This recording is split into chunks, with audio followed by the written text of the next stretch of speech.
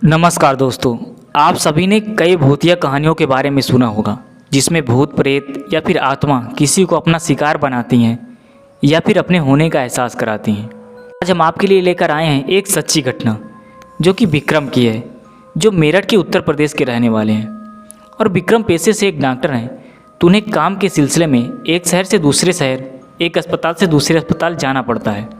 ऐसे तो वो भूत प्रेतों पर विश्वास करने वाले इंसान नहीं थे, लेकिन एक घटना उनके साथ घटित हुई जिसके बाद वो भी भूत प्रेत पर विश्वास करने लग गए। आइए जानते हैं उनके साथ क्या हुआ था। कहानी शुरू करने से पहले आप लोगों से माफ़ी चाहता हूँ क्योंकि वीडियो 5 दिन लेट है।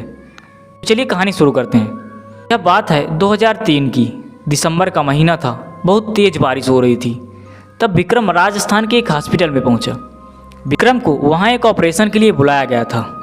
विक्रम लगभग सुबह 2:30 बजे वहां पहुंच गया था। उसके जाने पर पता चला कि ऑपरेशन तो 2 बजे होना है। विक्रम वहां की कैंटीन में जाकर कॉफ़ी मशीन से कॉफ़ी ली और बैठ गया।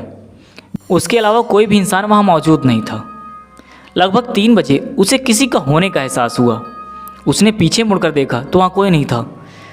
उसने फिर से अपनी कॉफ़ी की ओर देखा, तभी उसके बालों में किसी ने ज़ोर से फूंक मारी। वह तुरंत अपनी सीट पर खड़ा हो गया और घबराकर इधर उधर देखने लगा और सोचने लगा क्या ये सच था या फिर भ्रम। वह तुरंत ही वहाँ के अटेंडेंट के पास गया और सब कुछ बताने लगा, लेकिन वह उसकी बातों पर विश्वास नहीं कर रहा था। वह कहने लगा कि सर हवा चल रही है इसीलिए आपको ऐसा लगा होगा। विक्रम ने भी सोचा कि शायद वह ठीक कह रहा है क्योंकि हवा बहुत तेज चल रही थी। उसने सोचा थोड़ी देर सो लिया जाए और वह जाकर सोने लगा। विक्रम के लेटने के कुछ ही देर बाद उसको किसी की पायल की आवाज़ सुनाई देने लगी। उसने उठकर देखना चाहा कि वहाँ कौन है, लेकिन अंधेरे के कारण कुछ भी दिख नहीं रहा था, लेकिन उसको वो आवाज़ साफ साफ सुनाई दे रही थी। विक्रम दौड़ते हुए बाहर की तरफ गया और बाहर का नज़ारा देखकर उसके पैरों तले ज़मीन खिसक गई, क्योंकि वह पूरा का पूरा अस्पताल एक खंडहर में तब्दील हो चुका था। वह डर के मारे वहाँ से बाहर का रास्ता ढूंढने लगा, लेकिन उसको बाहर जाने का रास्ता नहीं मिला। तभी उसे कुछ लोगों की आवाज़ आई तो उसकी जान में जान आई। उसे लगा कि वह अकेला नहीं है। वह आवाज़ का पीछा करते हुए फर्स्ट फ्लोर पर जा पहुँचा। उसने पाया कि उस फ्लोर के तीसरे रूम में बहुत सारे लोगों की आवाज़ें आ रही हैं। रूम में 20-25 लोग आपस में बात कर रहे थे। जैसे ही विक्रम रूम में दाखिल हुआ वो लोग एकदम शांत हो गए और विक्रम की तरफ देखने लगे। इससे पहले कि विक्रम को समझ पाता, पूरा रूम भयानक हंसी से गूंजने लगा और सारे के सारे लोग उसी को देखकर हंस रहे थे। यह सब देखकर विक्रम बहुत डर गया। इससे पहले कि विक्रम भाग पाता, उस रूम का दरवाज़ा अपने आप ही बंद हो गया। विक्रम जोर जोर से चिल्लाने लगा और दरवाज़ा पीटने लगा। विक्रम ने जैसे उन लोगों को पीछे मुड़कर देखा तो वो सब लोग विक्रम के करीब ही खड़े थे। तभी अचानक दरवाज़ा खुला और विक्रम गिरता पड़ता किसी तरह से रूम से बाहर निकला।